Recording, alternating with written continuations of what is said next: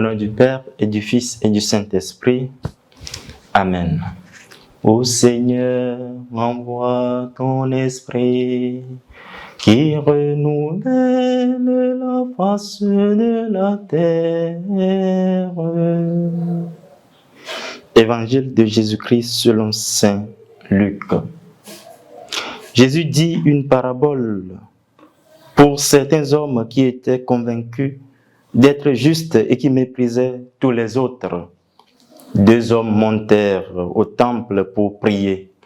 L'un était pharisien et l'autre publicain. Le pharisien se tenait là et priait en lui-même. « Mon Dieu, je te rends grâce parce que je ne suis pas comme les autres hommes, voleur, injuste, adultère ou encore comme ce publicain. Je jeûne 2 fois par semaine et je verse le 10e de tout ce que je gagne. » Le publicain, lui, se tenait à distance et n'osait même pas lever les yeux vers le ciel. Mais il se frappait la poitrine en disant « Mon Dieu, prends pitié du pécheur que je suis. » Quand ce dernier rentra chez lui, c'est lui, je vous le déclare, qui était devenu juste, et non pas l'autre. Qui s'élève sera abaissé, qui s'abaisse sera élevé. Acclamons la parole de Dieu. Louange à toi, Seigneur Jésus. Nous sommes au 23 octobre 2022. Chers frères et sœurs en Christ, loué soit Jésus-Christ. En prolongeant l'enseignement du Christ sur la prière, la liturgie de ce 30e dimanche du temps ordinaire année C nous montre la bonne attitude du cœur qui s'humilie, qui prie devant Dieu. Qu'est-ce qui est dans notre cœur quand nous osons nous présenter devant Dieu? Ou comment Laurent, celui qui prie, doit s'abaisser pour obtenir la grâce? Question qui trouve une réponse dans la parabole relatée par le Christ. 3 tableaux vont nous aider à comprendre mieux cette parabole des 2 protagonistes qui montent au temple pour prier. D'abord, la première représentation est ce que les autres disent de ces 2 protagonistes. Pour l'opinion publique, le pharisien, c'est l'homme irréprochable, l'homme qui suit exactement les lois de Dieu, la loi mosaïque en ce temps. Par contre, le publicain, c'est le pécheur public, le collecteur d'impôts.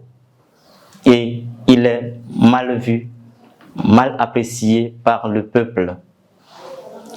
De leur représentation à l'égard de Dieu, de leur cœur, de ce qu'ils se représentent eux-mêmes en présence de Dieu, c'est-à-dire au temple, le pharisien se tient devant pour étaler ses mérites, pour juger l'autre, alors que le publicain se tient derrière en se frappant la poitrine, en quémandant la grâce, la miséricorde, la pitié de Dieu.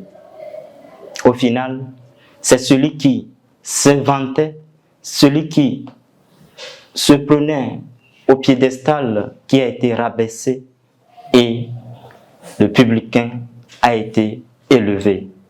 Voilà ce qui donne la conclusion de la sentence de Jésus en disant « Qui s'élève sera abaissé et qui s'abaisse sera élevé ».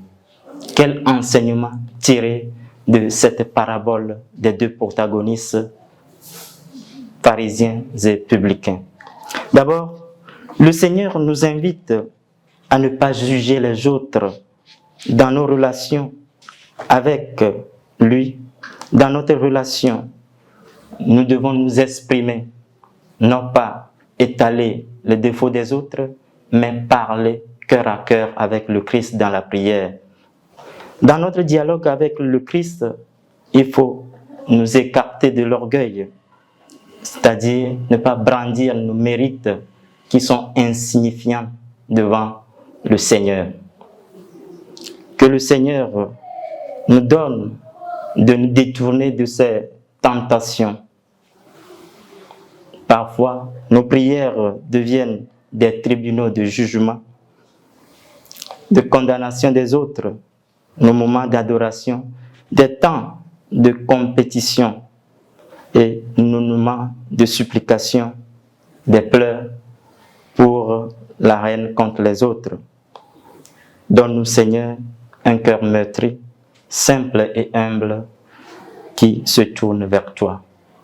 Amen. Loué soit Jésus-Christ à jamais.